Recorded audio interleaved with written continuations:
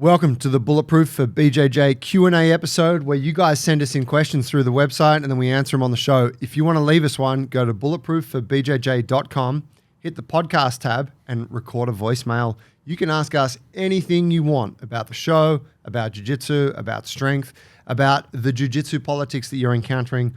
We want to hear it. And we see ourselves as your jiu-jitsu big brothers. And so we're happy to give you the hard truths that maybe others won't tell you. First one coming in today from Rusty. Let's go. How's it going, guys? So, white belt here. I've been doing jiu-jitsu for about 18 months, and I focus on the nogi side of things. I find it more interesting. So anyway, today I went to open mat. I was wanting to practice a move. It was scissors sweep from guard, nogi version. Sure. Anyway, found a guy to practice with.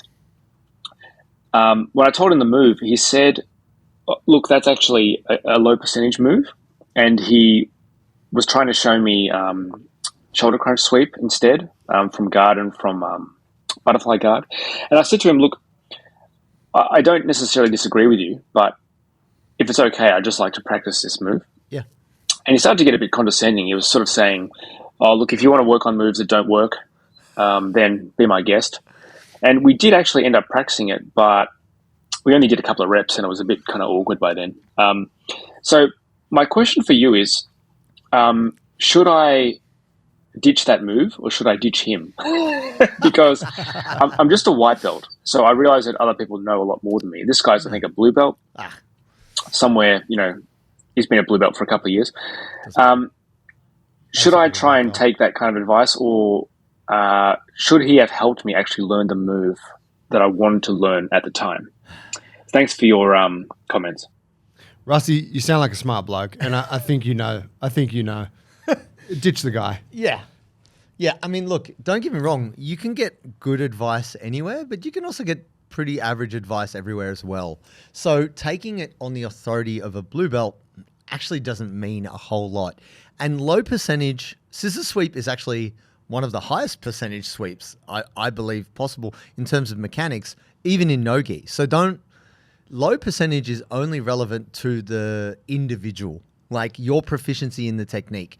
There are certain things that come up more. So your certain positions you get exposed to more. Therefore, if you can do stuff from there, it's more likely to happen. But I would just say, if you have said to someone, I'm working on this is what I want to work on, and you're clear about that, generally a good training partner will oblige, even if they don't think what you're doing makes any sense. Yeah, I mean, if you ask the person, hey, what do you think of my choice of technique here?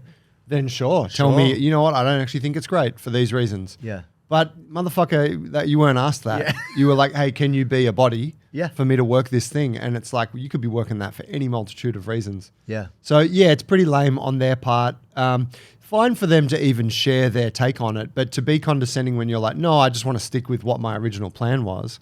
Yeah, that's super lame. Hashtag blue belt mentality. Yeah, ditch that cunt. Limited. Or hopefully they'll hear this and they'll be like, shit, yeah, maybe I was being a bit of a cock. I mean, the whole high percentage thing, it's so subjective. Yes, there are techniques that we see more of at the upper level, and you could say, well, inside heel hook from Ashigarami are like a super high percentage technique. Yeah. But then you get someone that comes along that does one particular thing extremely well, maybe not everyone else is doing it, but they do that to everyone, and they make it effective. That's also high percentage too if you're good at that for that game. Yeah. So yeah, good on you, Rusty. Keep it up. Follow your nose, mate. Sound like you know what's going on. Dehydration can cause a 30 to 40% drop in athletic performance. You know how you can beat dehydration? With Sodi. Sodi is the sponsor of today's show. They are going to give you the best hydration supplement you've ever seen, you've ever tasted. I love it. Sodium, potassium, magnesium, all mixed together in a delicious bundle that you can mix in water so that when you do your jiu-jitsu, glug, glug, glug, glug, you're powering up and you're performing the way you should. Go to sodi.com.au and use the code Bulletproof15 and you get 15% off. Enhance your hydration, enhance your performance. Not sure who this guy is. Ladies and gentlemen, welcome to another Samoan Strongman Q&A for Bulletproof for BJJ. Oh, yeah. The us with the bus. Fam, I got one for you. So back in the early 2000s when I was training capoeira and I started delving into BJJ, like 2000, so that's like 25 years ago. Far out, that's so old. Anyways, I remember this. That's the lower bouts at the end of the class. Lower bouts typically would mop the floors, or sweep the mats and mop the mats. Sure. And if you did your belt up on your gear, you'd always like face away from the class and do your belt up, and bow, and all that. Typically, I found as coming back, it's not really emphasized as much. I noticed, like in gyms and that. Yeah. Why is that? Is that just a general thing where people just don't really think that it's necessary, or I don't know, like it's a weird one. But let me know your thoughts. As always, big love and appreciate you guys. Bang, bang. Oh, Samoan Strongman. Always a pleasure to hear from you, bro. thank you. So I think it's two things, Joe, and two things for our man, Staunch Chocolate. Essentially, Jiu Jitsu has moved away from its traditional roots. So these ideas of kind of building up, like being an apprentice and being the first year and beginners clean the mats, or even the judo gym I used to train at, even the black belts would clean the mats as to honor the gym, kind of like this is our service to the space, like monks cleaning the temple. So Jiu-Jitsu has moved away from its traditional roots, like tying the belt, like facing away. That's what we had to do when we did Taekwondo. That was a much more traditional thing, that you didn't want to be disheveled in front of the master, so tie your belt looking away and then present yourself. But also, it's the move for BJJ towards sport and commercial gyms, where people are paying more fees now. They don't want to clean the mats. That's what I'm paying for. I pay my gym service for that. Yeah. And also, it's a sport, so people, I think of themselves more as customers of a sports team or a commercial gym more than members of a martial arts community. This is my take on it. It's a business as opposed to a club. Yes. And I remember my original gym, the dojo, our coach there really tried to run it like a club, which, I can appreciate the sentiment, but we were all paying a fee every fortnight or whatever. So it's kind of, it conflicts with that, but we had that thing, right? Everyone would clean the mats and certain things would be expected. And I kind of came up thinking that was sort of the cool thing. And then I remember training with Adam and he's like, I'm not going to ask you to clean the mats. You pay a membership fee. Right. You pay a membership fee to learn jiu-jitsu. It's my job to teach you jiu-jitsu. And then keep the facility clean. Yeah, I clean the mats because it's my business. And I was like, well, that actually makes a lot of sense too. Yes. And so I think that there's probably a bit of a grace period in the early 2000s there where it was this gray area between like a traditional martial arts like dojo and a business. Yeah. There's some kind of gray area. And we tried to hold on to it, right? This is where the whole Crionche thing and all that.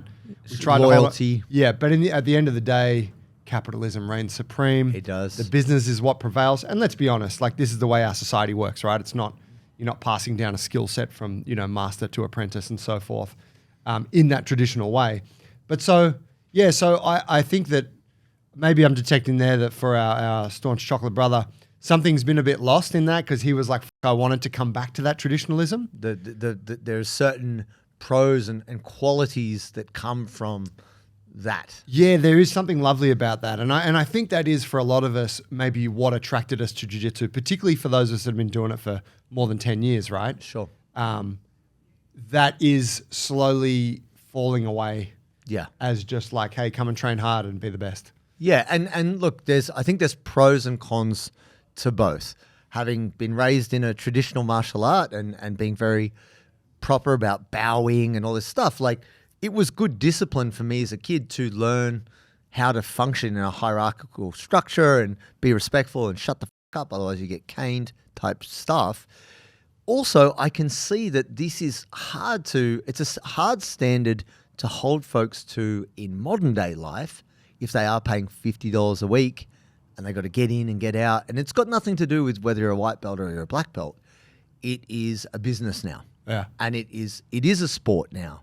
And those traditional elements have been replaced with convenience and service, which is a completely different take, but it still has value.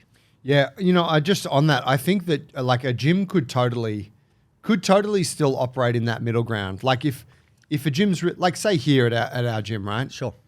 The members built the garden. Yeah. And at the change of every season, the garden is renewed and the members do it. Yeah. Now you can make the argument, well, the members pay a membership fee. Why are you getting them to build? Surely that should cover the cost of. It's like no, the building of the garden is part of the culture. Yeah. And part of the community here, right? Participating in it. So you could make that case for any of those things, right? In that traditional form of jiu-jitsu.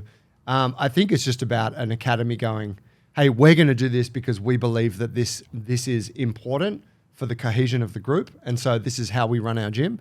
And I think that a lot of people would be like, that's sick. I love that. Yeah. But the garden thing is volunteer. Like you don't make anyone do it. No. The goodwill created by the culture of the gym means people want to come and do that. Yeah. And if you're shaping the culture of a gym, yeah, you can say whatever it is. Like you can guide that. yeah, the goodwill is kind of nurtured by the vibe and the interactions in the gym.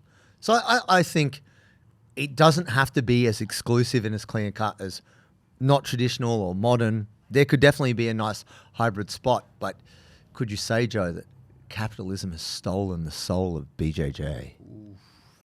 Brother, I think Deep questions. that's a hashtag right there. And yes, I believe that it has. Thank you for the questions this week, fam. Leave us a voicemail. Go on, do it. We know you got something burning on your mind that you want to ask. Go to bulletproof@bjj.com, hit the podcast tab, record us a voicemail, and we'll play you on the next one. Appreciate you guys. Sure.